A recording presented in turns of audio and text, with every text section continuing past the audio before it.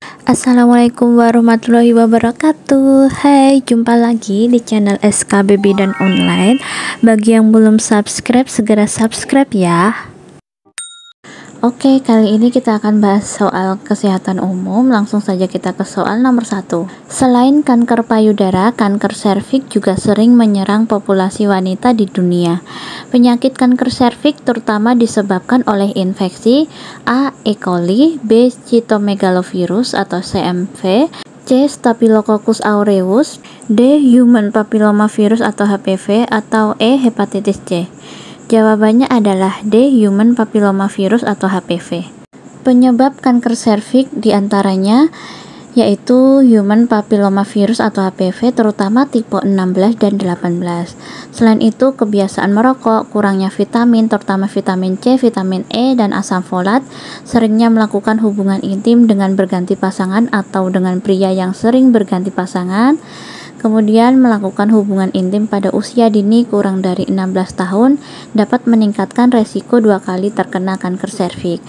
Kemudian selain itu adanya keturunan kanker. Penggunaan pil KB dalam jangka waktu yang sangat lama dan terlalu sering melahirkan. Soal berikutnya, seseorang dikatakan overweight jika indeks massa tubuhnya atau BMI melebihi A. 32, B. 23, C. 22, D. 18, atau E. 12. Jawabannya adalah B. 23. Klasifikasi IMT atau BMI menurut WHO terdiri dari 5. Yang pertama, berat badan kurang atau underweight dengan IMT kurang dari 18,5. Kemudian berat badan normal kisaran 18,5 sampai 22,9. Selanjutnya kelebihan berat badan atau overweight IMT 23 sampai 24,9.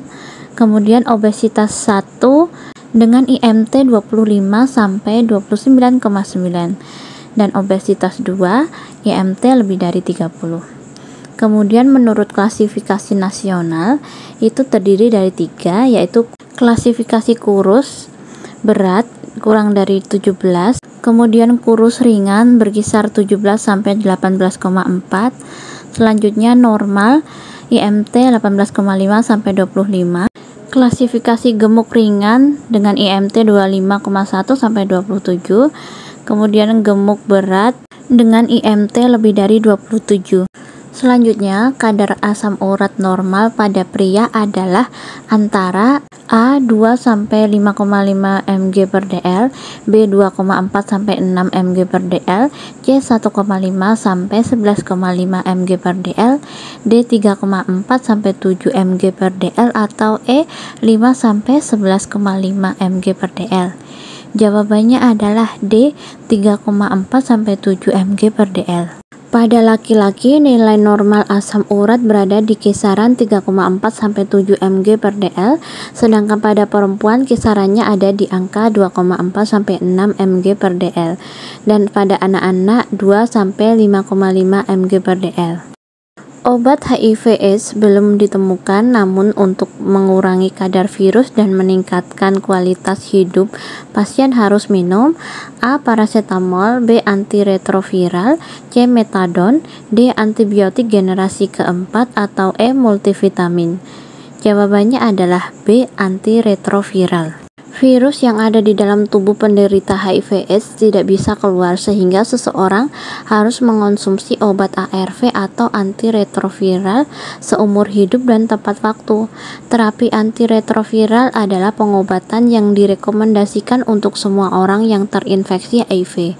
ARV tidak bisa menyembuhkan HIV, tapi obat-obatan HIV bisa membantu pengidap hidup lebih lama dan lebih sehat. ARV juga bisa mengurangi resiko penularan HIV. Golongan obat yang termasuk kelompok analgesik kecuali A. aspirin, B. mebendazole, C. paracetamol, D. antalgin, atau E. fenacetin. Jawabannya adalah B. mebendazole, karena mebendazole ini termasuk obat cacing. Analgesik adalah golongan obat pereda nyeri yang terbagi dalam berbagai jenis. Analgesik ialah istilah yang digunakan untuk mewakili sekelompok obat yang digunakan sebagai pereda nyeri. Analgesik termasuk obat antiinflamasi non-steroid seperti salisilat, obat narkotika seperti morfin, dan obat sintesis bersifat narkotik seperti tramadol. Berikut ini beberapa obat analgesik, diantaranya acetaminophen atau paracetamol, aspirin, piroxicam, salisilat, antalgin, phenacetin, antiinflamasi non-steroid atau NSAID, contohnya ibuprofen. Pencemaran udara menyebabkan penurunan daya dukung terhadap kehidupan manusia. Zat polutan yang dikeluarkan oleh kendaraan bermotor, kecuali A. timah hitam atau PB, B. dioksin, C. nitrogen dioksida, D. sulfur dioksida, atau E. hidrokarbon. Jawabannya adalah B. dioksin. Nah, panduan parameter pencemaran udara dan dampaknya bagi kesehatan yang diterbitkan Kementerian Kesehatan tahun 2001 menyebut beberapa polutan bersumber dari kendaraan dan berbahaya bagi kesehatan. Menurut panduan yang diterbitkan mengacu pada peraturan pemerintah nomor 41 tahun 99 tentang pengendalian pencemaran udara. Pencemaran udara meliputi sulfur dioksida atau SO2, karbon monoksida atau CO, nitrogen dioksida atau NO2, kemudian oksidan atau O3, selanjutnya hidrokarbon atau HC, PM10, PM2,5, TSP atau debu, PB atau timah hitam, dan debu jatuh. Sementara polutan yang bersumber dari kendaraan bermotor terdiri dari karbon monoksida, nitrogen dioksida, selanjutnya hidrokarbon, partikel debu yang terdiri dari PM10 dan PM2,5 serta PB atau timah hitam. Kandungan lemak pada kolostrum pada ASI awal adalah A 4,78 gram per 100 ml, B 3,80 gram per 100 ml, C 3,60 gram per 100 ml, D 2,90 gram per 100 ml, atau E 2,5 gram per 100 ml. Jawabannya adalah D 2,9 gram per 100 ml. Jadi kandungan lemak pada kolostrum itu 2,9, sedangkan pada ASI transisi kandungan lemak 3,6. Kemudian kandungan lemak pada ASI matur itu 3,8 gram per 100 ml. Kemauan yang ikhlas untuk membantu pelanggan dan memberikan pelayanan dengan cepat dan tanggap merupakan suatu definisi dari dimensi mutu pelayanan kesehatan, yaitu A. reliability, B. responsiveness, C. empathy, D. assurance, E. tangible. Jawabannya adalah B. responsiveness. Jadi dimensi mutu pelayanan kesehatan ada 5. Yang pertama tangible. Tangible ini merupakan jasa pelayanan yang dapat dirasakan langsung oleh pasien dengan menyediakan fasilitas fisik dan perlengkapan yang memadai. Contohnya peralatan, penampilan fisik, penampilan staf, kesesuaian alat, dan pelayanan. Yang kedua, reliability merupakan kemampuan melaksanakan janji, contohnya kesesuaian pelayanan dengan janji atau informasi pada waktu promosi, kepedulian perhatian rumah sakit terhadap pasien, keandalan kemampuan rumah sakit dalam pelayanan, ketepatan waktu dalam pelayanan, ketepatan dalam pencatatan atau administrasi. Yang ketiga yaitu responsiveness merupakan daya tanggap. Contohnya pemberian informasi waktu pelayanan secara pasti, pelayanan cepat dan tepat, kesiapan staf rumah sakit dalam memberikan pelayanan, kemudian menanggapi permintaan pasien. Yang keempat yaitu assurance merupakan pengetahuan dan keramahan staf yang menimbulkan kepercayaan terhadap rumah sakit. Contohnya keandalan, kemampuan staf, rasa aman, ramah dan sopan, dukungan rumah sakit terhadap pelaksanaan tugas staf. Yang kelima yaitu empati, merupakan peduli memberikan perhatian secara pribadi kepada pasien dan kenyamanan, contohnya perhatian oleh staf kepada pasien, kepedulian terhadap kebutuhan pasien, pemahaman staf terhadap kebutuhan pasien, kesungguhan rumah sakit terhadap kepentingan pasien, dan kesesuaian waktu pelayanan. Jenis imunisasi yang diberikan pada bayi usia 3 bulan adalah A. HBO dan polio 2, B. BCG dan polio 1, C. DPT, HIB, HB1 dan polio 2, D. DPT, HIB, HB2 dan polio 3, atau E. DPT, HIB, HB3, IPV dan polio 4. Jawabannya adalah D. DPT, HIV, HB2, dan polio 3. Germas kepanjangan dari A. Gerakan Masyarakat Hidup Sehat, B. Garda Keluarga Menjadi Sehat, C. Generasi Emas atau Golden Generation, D. Gerakan Partisipasi Masyarakat, atau E. Gerakan Eradikasi Masalah Kesehatan. Jawabannya adalah A. Gerakan Masyarakat Hidup Sehat.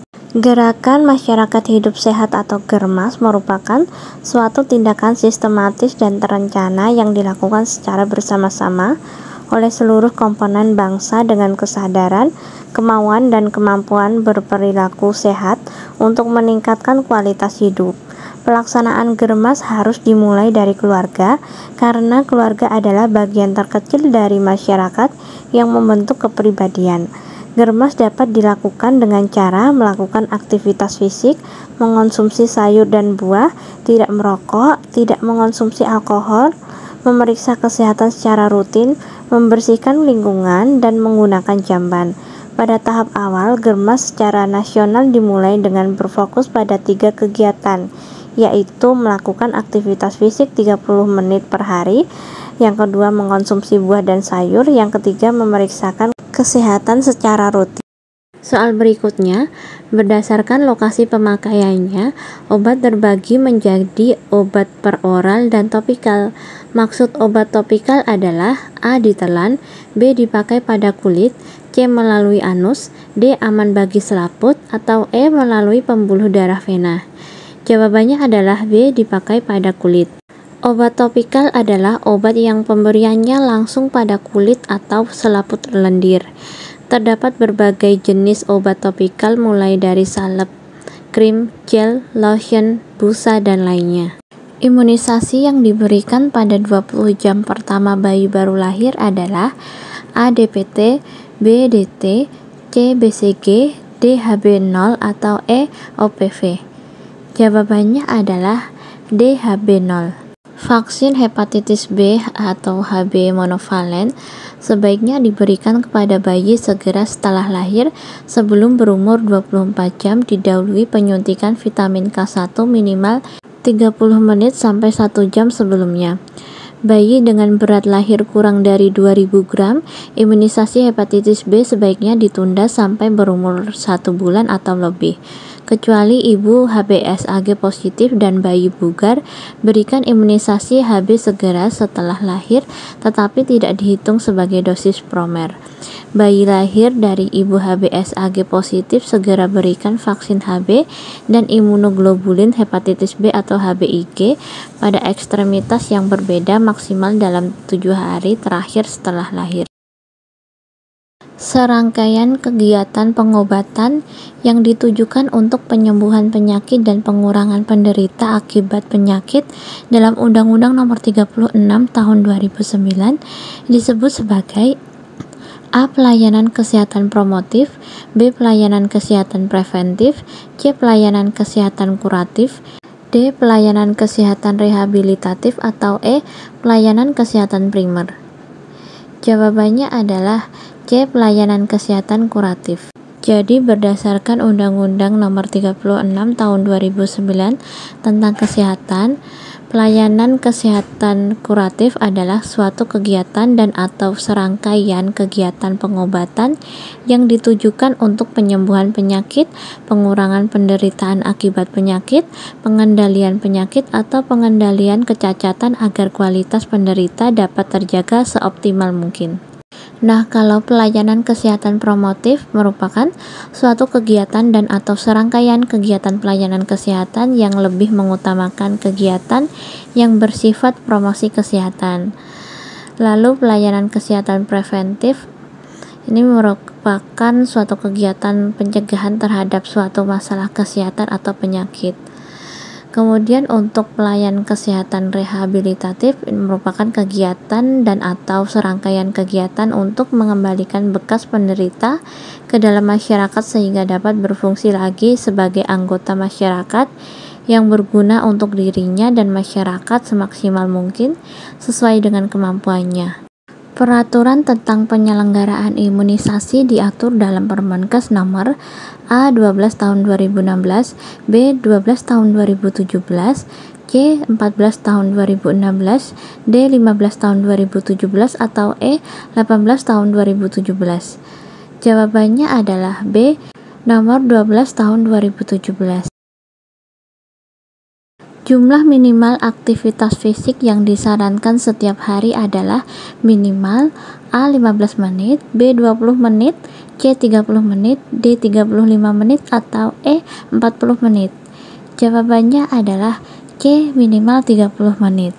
Nah, aktivitas fisik dilakukan secara teratur paling sedikit 30 menit dalam sehari sehingga dapat menyehatkan jantung, paru-paru, dan alat tubuh lainnya. Jika lebih banyak waktu yang digunakan untuk beraktivitas fisik, maka manfaat yang diperoleh juga lebih banyak. Jika kegiatan ini dilakukan setiap hari secara teratur, maka dalam waktu 3 bulan ke depan akan terasa hasilnya.